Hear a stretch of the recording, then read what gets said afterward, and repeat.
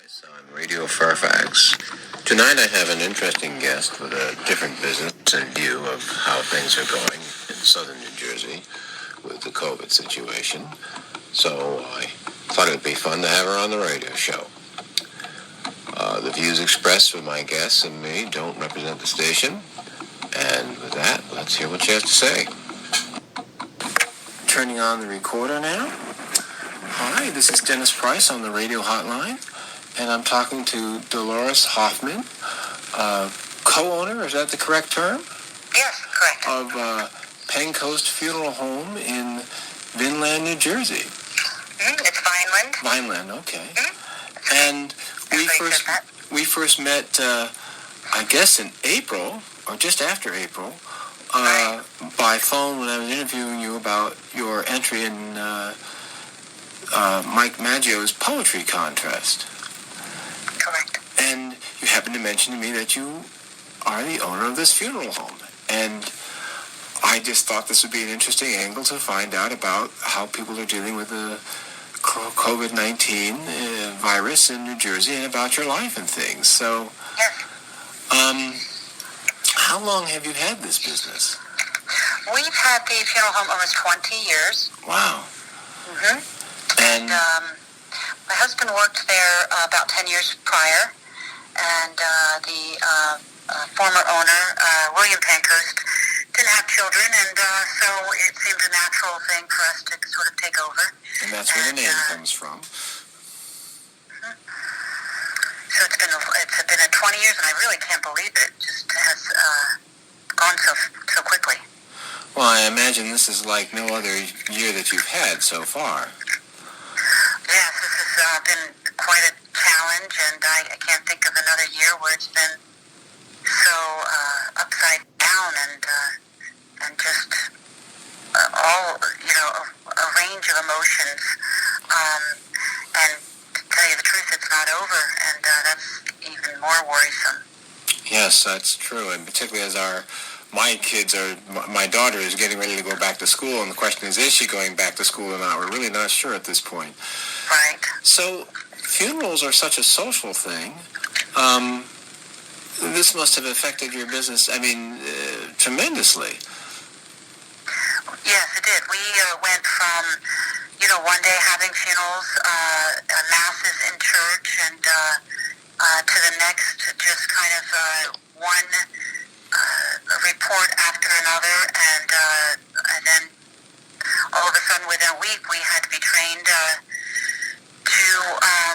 kind of get the funeral home ready for what we needed to get it ready for.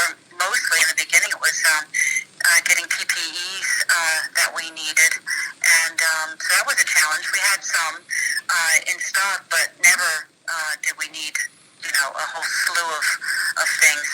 So we were scrambling along with the public to kind of get those things so we can safely work, because we really didn't know what was coming our way. Didn't know how transmittable it was. Challenge. I guess you didn't know how transmittable it was with the bodies, is what you're saying.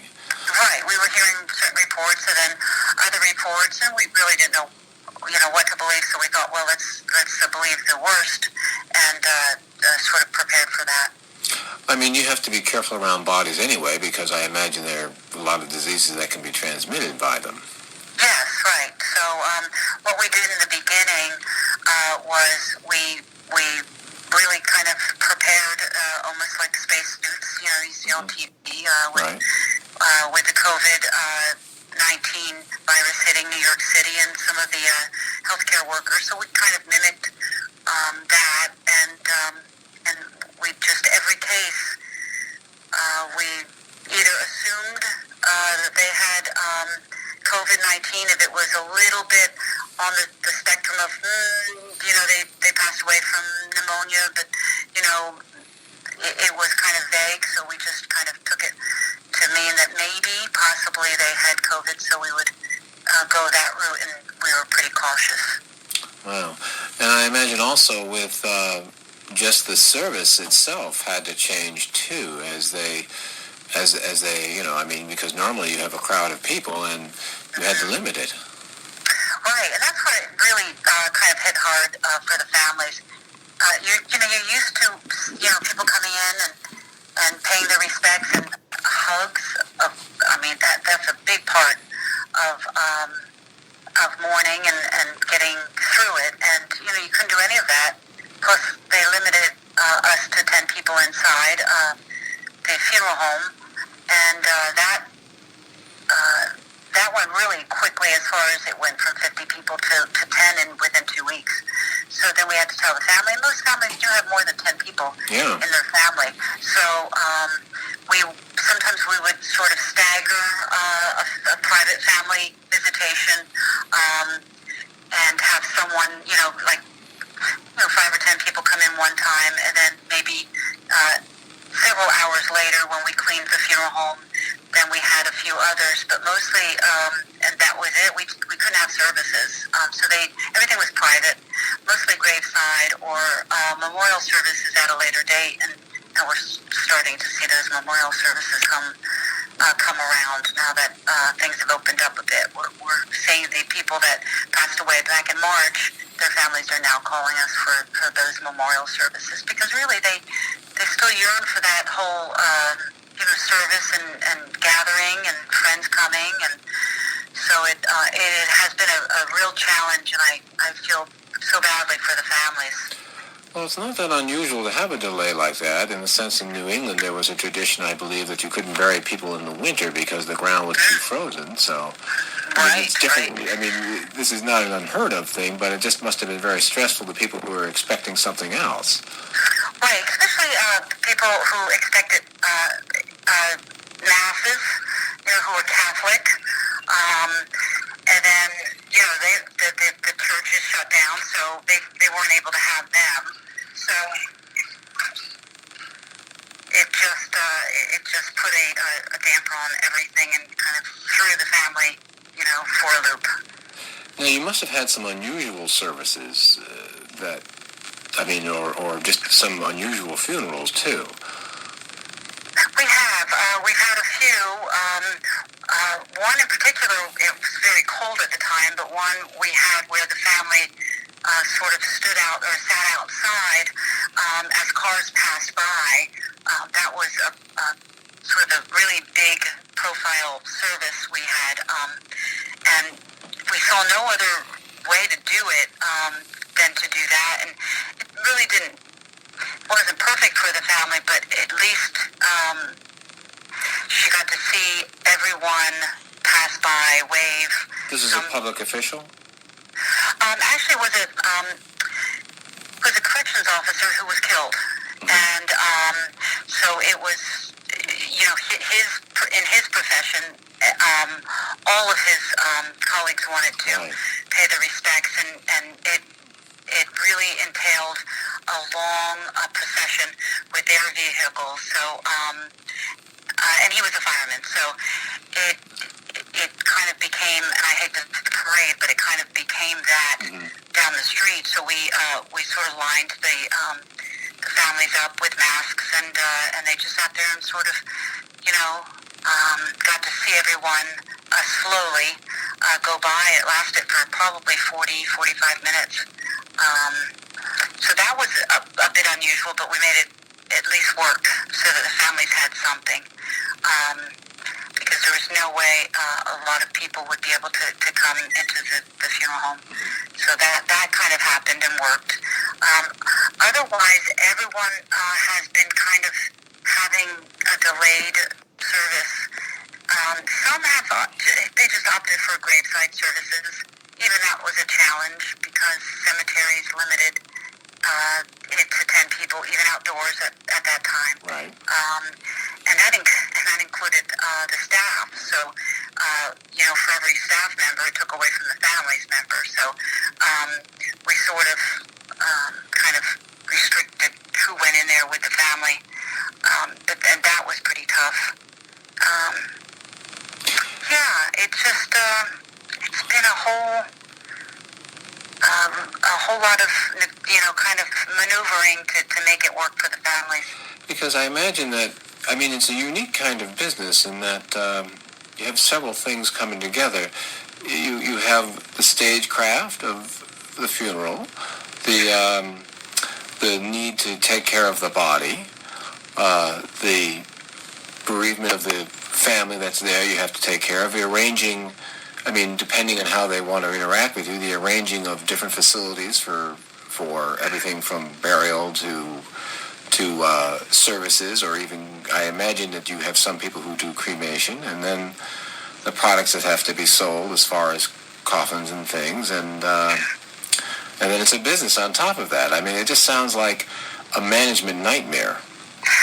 Yes, right. It's definitely been a challenge, and I'll tell you, DocuSign has been a saving grace for us. I really hadn't used it before COVID-19, and then once we had to go from, normalcy to just kind of locking the doors for a little bit, we would call the family and say, let's do it by email.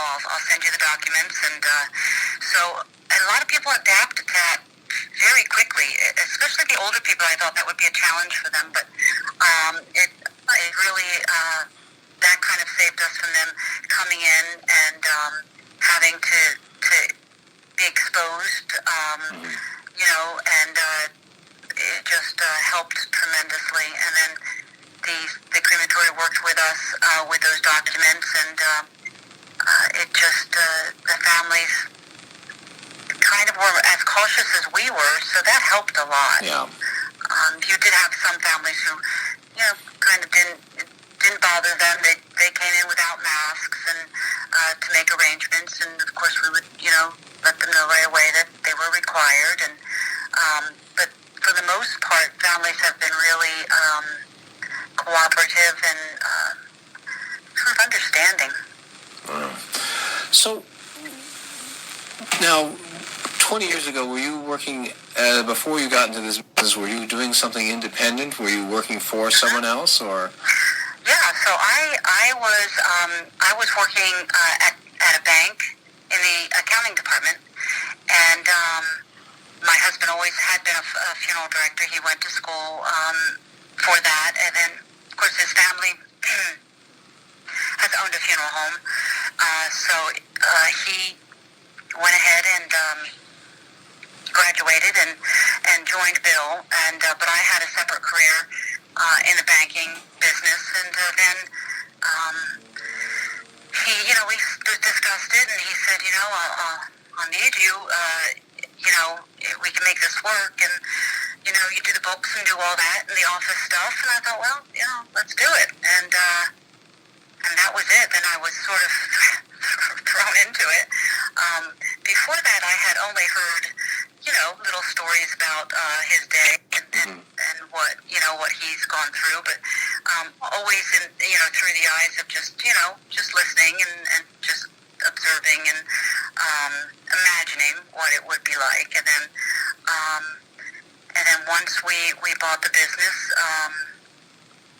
it was we were all in, and so that came with some adjustment, especially with me. I hadn't dealt firsthand with grieving families, and I think that was the biggest adjustment I had to make. I remember a particular time early on where I had to meet with two sisters who had lost their sister. At the time, the woman was, I think, in her early 40s, so she was pretty young. Yeah.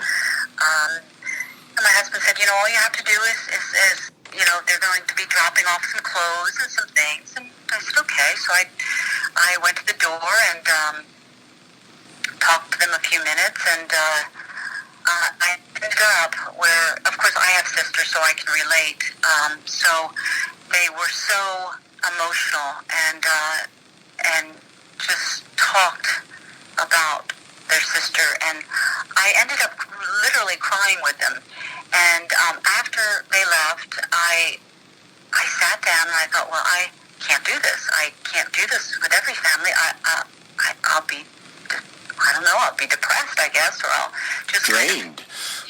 Change my whole outlook on everything. So I sort of made a decision right then and there to kind of go, okay, I have to sort of disconnect without losing my compassion. So I sort of developed this mantra, if you will, and it has helped.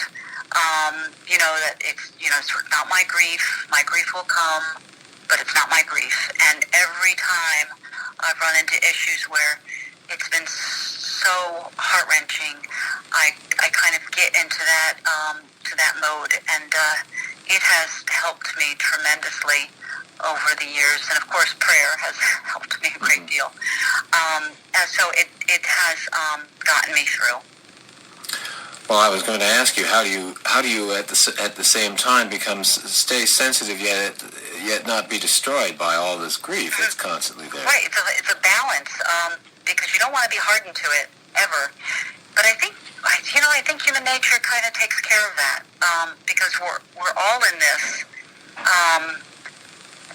together. Meaning we're all going to see grief. We have seen grief, and on some level, we've all experienced it.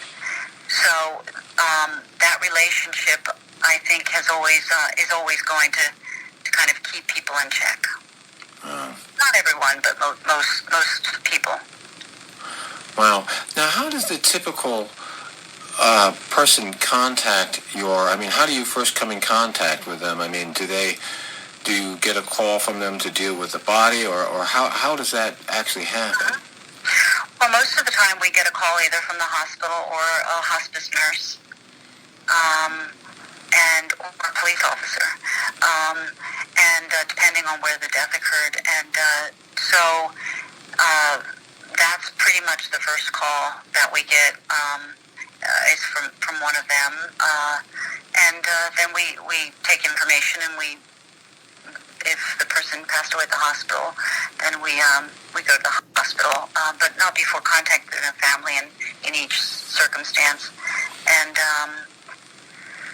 then we make an appointment and take it from there. If it's a home, if it's a house call, where the person's been on hospice, we takes a little bit of time for the hospice nurse to arrive and do her or his thing, and then when the family's ready, and there's no hurry at all, they call us, and then we meet with them at the house, and then we make preliminary arrangements there. Because it's you're selling a service at a time when people are very vulnerable.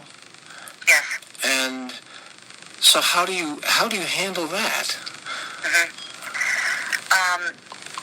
Patience is really the key, because you don't, it's so hard to discuss hardware, caskets, things like that, with a family who is just kind of, their heads are spinning. So that's difficult, and it sort of takes a little finessing, but a lot of patience. I imagine it's not a case where high-pressure sales are involved. No, not at all. We have what we call a selection room, and they gather in there, and we leave them alone for a little bit to kind of discuss it with the family as to what they want, and then we just go back in and they let us know, and and then they start to talk and open up about it. Hey, my mom, she would love this, but do you have it in pink? And then we get into specifics, and then that's when it becomes a little bit more comfortable. And I imagine that there are rules as far as and your own practices to make people aware of what the cost is, and I guess what you're trying to do is find out what they want and then tell them how much it costs, and then they go from there to decide whether they can afford it or not. That's right. So first we ask, what are your intentions? Is it cremation? Is it burial? And then we sort of narrow it down.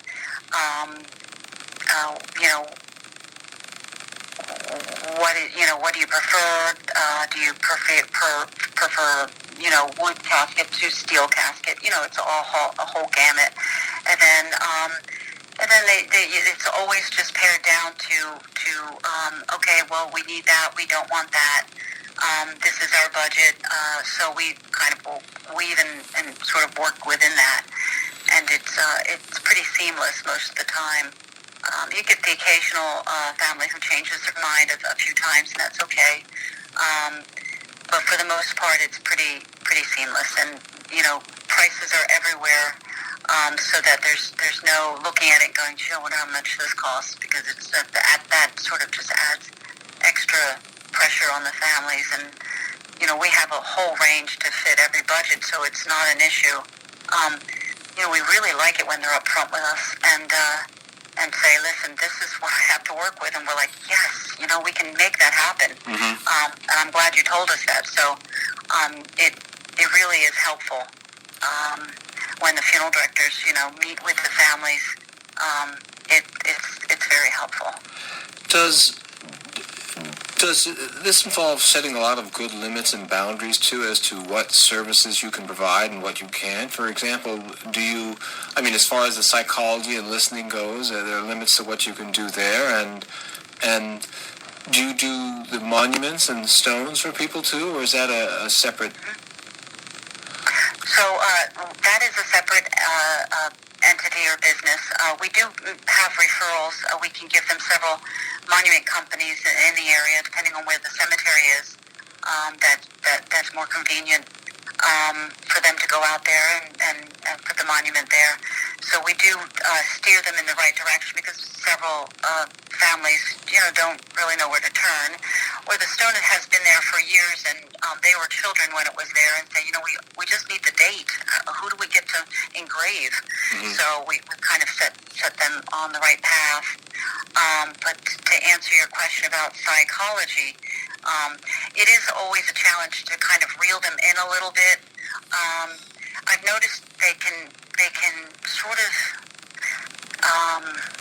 stay on a subject that really doesn't need that much attention, like, say, prayer cards. Mm-hmm. But I found that over the years, those little details that they are so into, that they critique and they just sort of hone in on, really those are the things that they can control. So in a really, like an uncontrollable situation, like a death, I think they sort of kind of cling on to those things that they can control, and that's where it becomes challenging to kind of move them past it and then on to the next, because there's so many details to work out. But it is a whole... Do you often run into family conflict? Quite a bit. Tempers are kind of high, and the old baggage is there still. Absolutely. So we have more than you know, actually, have run into a lot of issues with family dynamics, almost on a weekly basis, I would say. And it hasn't gotten easier over the years. I think it's gotten even worse. And I don't know, I don't have an answer for that. I just know that for me, it's gotten worse over the past probably 10 years. But yeah, there's always that balance too, because aren't there clear, one side of the family and the other. Aren't there usually clear, clear lines of delineation in death, knowing how wills go, but aren't there clear legal precedents as to who has control of the body? Yeah, and that helps a great deal to kind of quell that conflict. It's linear relation, so if the person has a spouse, of course they have the right to everything, and if they don't, then it's the children, and they're equal in the eyes of I guess that's where a lot of conflict comes in. If you have the children, then... That's right. Several, siblings argue, sort of want, to, have a say in this, and then it differs from the other one who has, wants a different funeral. So it's a challenge, but they have to work it out and get back to us, and then usually they do. Sometimes they work out right there in front of us, and it's a good thing. Mm-hmm. But kind of just listening to them and not interjecting, and kind of just having them work it out naturally is always a good thing. What happens where the conflicts come in is if the one person comes in to make the arrangements, say a daughter who lives in town and her siblings don't. She may, and then her siblings come in and say, "Hey, listen, my sister made these, and I don't like them, and we're not going forward with them." And then we have to kind of take a step back and get them all together and have them make a decision together, and that sets us back a few days, but we make it work. But it is a challenge for us, and especially if we have more funerals going on and different days where we're scheduling, and then to have that change, we have to do a whole lot of scrambling, calling the minister, and the obituary has to be stopped, and just things like that. And I imagine that from a management point of view, you have signed contracts and obligations, and people are legally obligated, but you can show patience and understanding in all of this. Yes. So we want the families to have a clear plan. So we're patient. We say, okay, just go home, think about it. Everything can be held, but we need it solid, a solid plan. And they do within a day or two. They know that they need to make a decision, and some give in to the other siblings, and that's perfectly fine. And they come together. Some don't, and we just have to deal with who the executor is or executrix, and go from there and say, okay, within the siblings, who's in charge, and then we narrow it down from there. So does the executor generally have the charge over the funeral in a situation like that, or? Yeah. Most of the time it's the executor. The only other time it would be is if a lawyer was named the executor, and then he or she would have to work with the families and come up with something. Because this just sounds like a real sticky wicket to not get stuck in, to not get put in the middle of something like this. Right. So it is, and it can throw us off for a few days, and then on the back end, it after the funeral's done, then it becomes a challenge to get the paperwork signed, and with executors, you have to go to the surrogate's office. It's a whole. I always say it's like a part-time job for families after the funeral to get everything in order, and it takes several months sometimes. Wow, had no idea that it was so complicated. I'm fortunate so far in life. I haven't had to deal with it too much. Good. Right. Yes. But it's something out there that everybody has to deal with. I imagine that after a certain point, you have a sense of what's going to go on, and I mean, this is one of the things about what's just recently gone through is it's been all new. But I mean, after 20 years, you know where the troubles are going to be and how things are going to go. There's a process you see people going through. Right. So we have an intuition a little bit from past experience, and it helps us to sort of step back and go, oh, this doesn't sound right.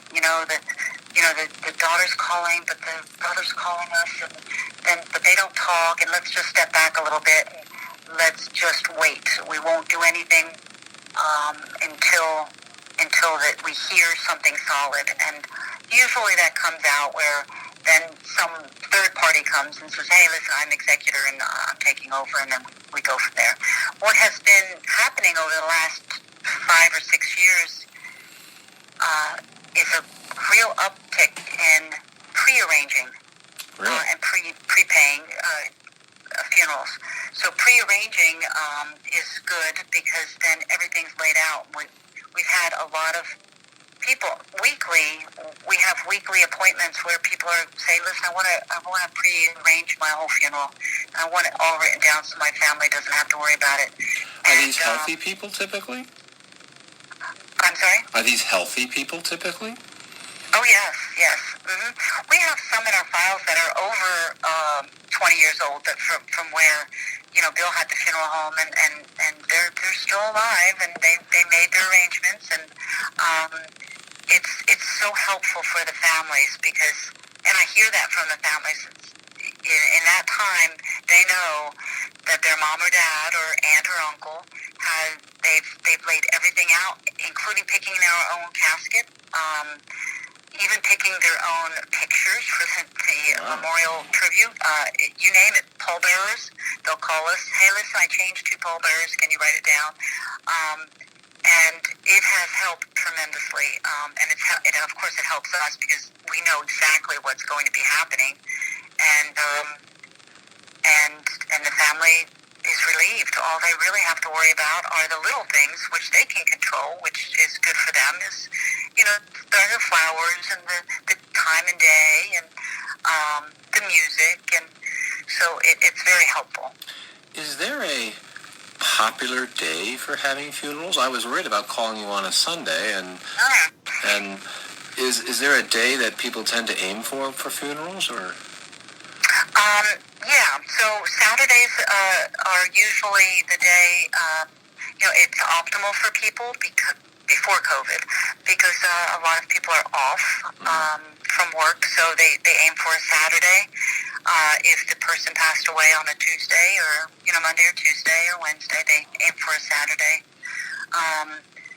Usually their Friday nights are popular, especially if they're just having a memorial service and nothing the next day. So Friday nights are popular as well.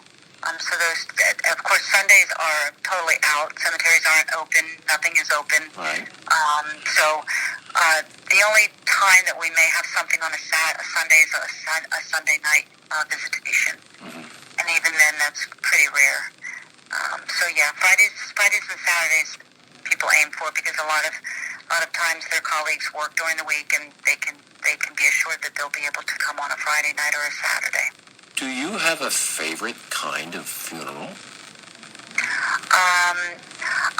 I do. I have a funeral. I have a favorite funeral, and that is if someone is 100 or over. Really? I love those because the families are just. It's more of a reflective time. They're sad, of course, but It's not so unexpected. Grateful that they've had them that long, and it's a celebration. That's when a celebration of life really is visual to me. Wow. Mm-hmm. Do you have any particular? Do you favor having people buried, or do you prefer them to be cremated, or is there a preference? Where do people go on these things these days? Yeah, so it's such an individual choice. People swear by cremation and don't even look back. Then other people are totally against it and say there's no way I'm being cremated. Personally, I don't have a preference to, of course, how they handle their families. Myself, I prefer being buried, but that's just me. But cremations are very, very popular, and they give you more flexibility with the services. Like you said, you can have a cremation take place, but have a memorial service in the spring, summer, on a person's birthday, anniversary. It's so flexible, and so I see a real benefit to having.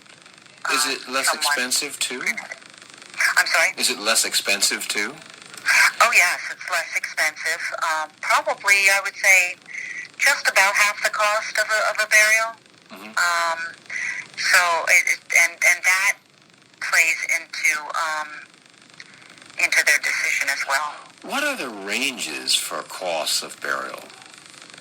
So it ranges for a burial between probably 6,000 to 9.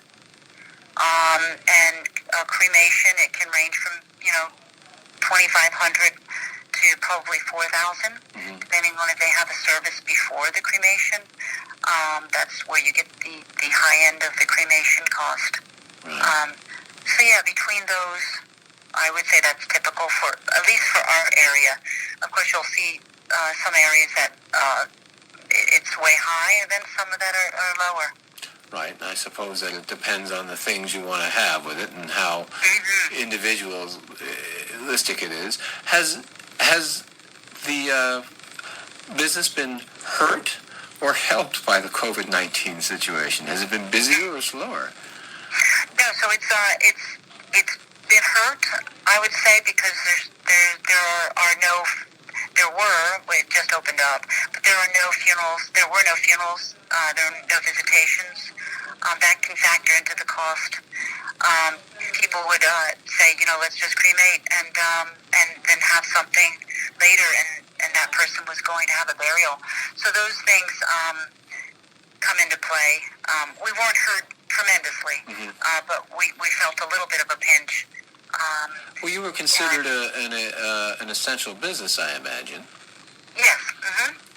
So you didn't have to close or anything like that. No, not at all. We were limited to the 10 people inside. In fact, there was a really small amount of time, probably 3 weeks, where it got so bad in New Jersey that we weren't allowed an open casket at all. So, but that was short-lived, and the governor lifted that pretty quickly. But that was difficult for the families. How healing do you think an open casket is? Do you think, I feel for a lot of people it's important to see the body one last time. It is. It's very important. I have a personal opinion on that, but for families, I think it's tremendously important. It's important, especially if it was sudden, where it was, say, a medical examiner's case, and the family wasn't able to see that person. Then it's almost essential to have that closure of seeing that person. If the person was on hospice and, they spent time with that person even after his or her death at the home, then it's not so much. But again, it's a personal preference. Most people like that casket opened. Overwhelmingly. There are very few who say, let's close this. It's not what I want.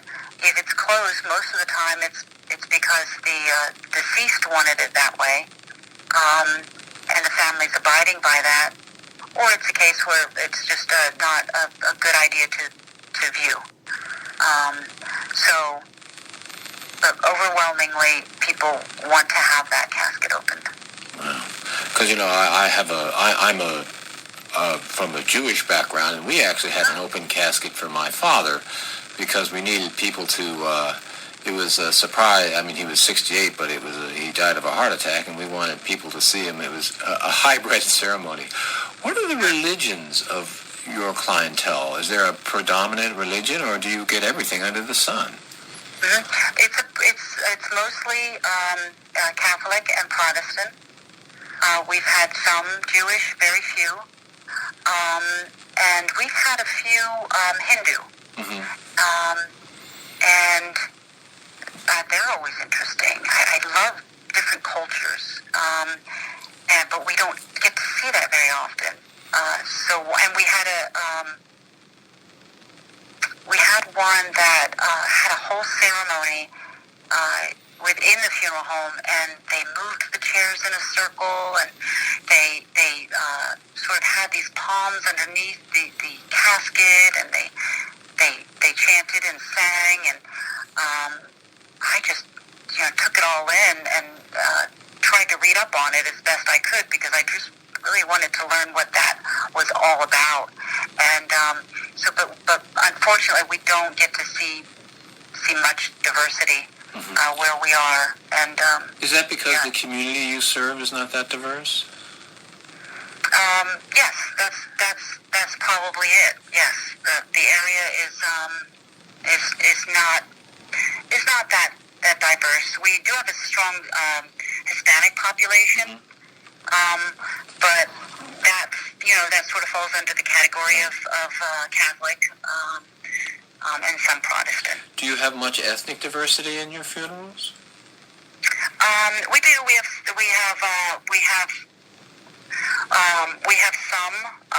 The African American population. We have quite a few of those families coming in, and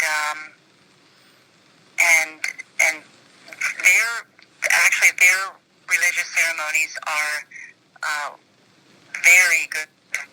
They're strong and it's very lively, and they even call it a homecoming celebration, and that's always an uplifting time. So I always try to, I'm in the lobby for those because I like to hear that. And Russian as well.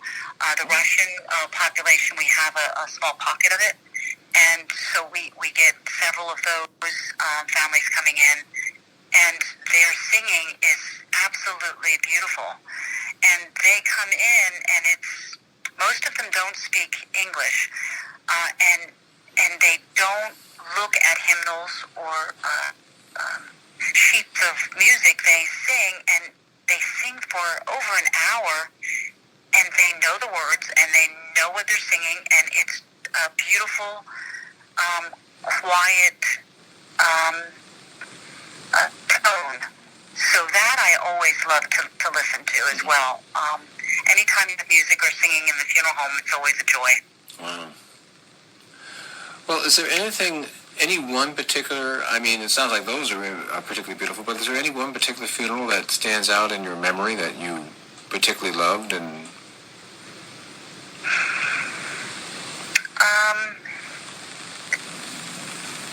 not really. I can't think of anyone that I loved. Of course, when I get off the phone with you, I will. You'll remember, right? That's always the case. But there are several that I felt so good after. And most of that is due to the eulogies are what gets me. That's so interpersonal. So sometimes I walk away with such a sense of, wow, that person lived a great life, or that person was thought of so highly. And I will give you one example. It was a terrible funeral we had. It was a little boy who passed away. He had cancer, and it was pretty quick.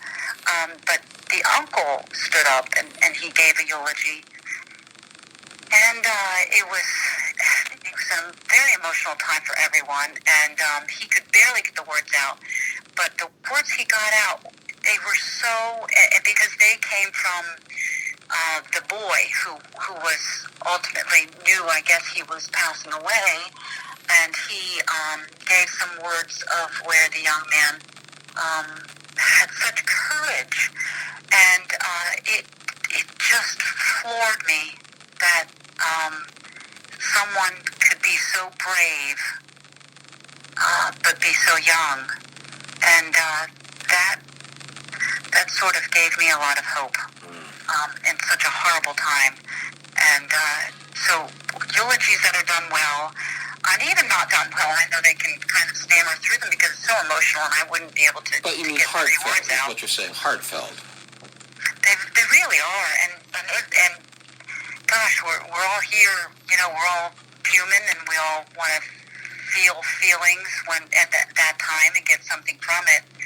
And to have someone just kind of pour their heart out and talk about that person, it's a great thing. Wow. Well, this is the point in an interview where I usually ask people what it is that they wanted to bring that I hadn't mentioned yet, or what do they see the future of their business and their life doing, and do you want to stick with this? Mm-hmm. So I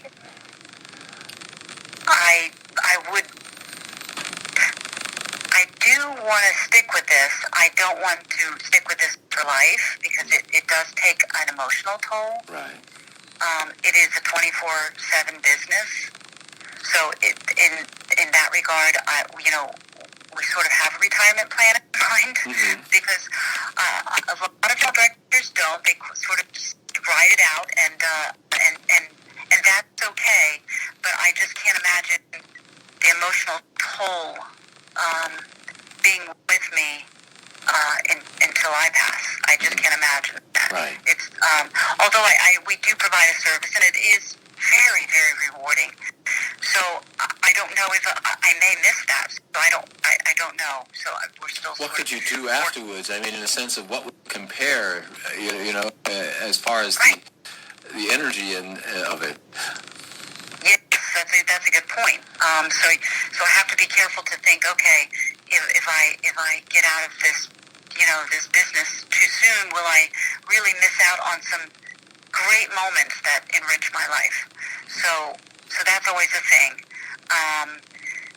But I think that. Do you have any children who are interested in taking over the business? As far as children, we do have one daughter. She has no interest. She's at the University of Delaware, and she wants to be a physician's assistant. There are a few, friends that may want to take over. So we're not too concerned with that, but we are concerned that someone who does take over, it's almost like a baby now that we're sort of giving away. So we have to make sure it's the right person, and we can't exit quickly. We have to sort of stay there and help some of the families adjust. So I don't see a quick exit anytime soon, for sure. And as far as your question about looking forward, as far as the funerals and how they're going to look in the future, I think COVID-19 has changed a lot of this. I think people realize that they need friends and family around them at that time. It's okay to have a memorial service 6 months down the road, but it's not the same. You're not in that same emotional pocket that you were when it first happened, and you need so much support. And I think people have learned from that. Not just the people that have lost their loved ones, but others that couldn't attend services that say, you know what, I wish I could have gone and seen her.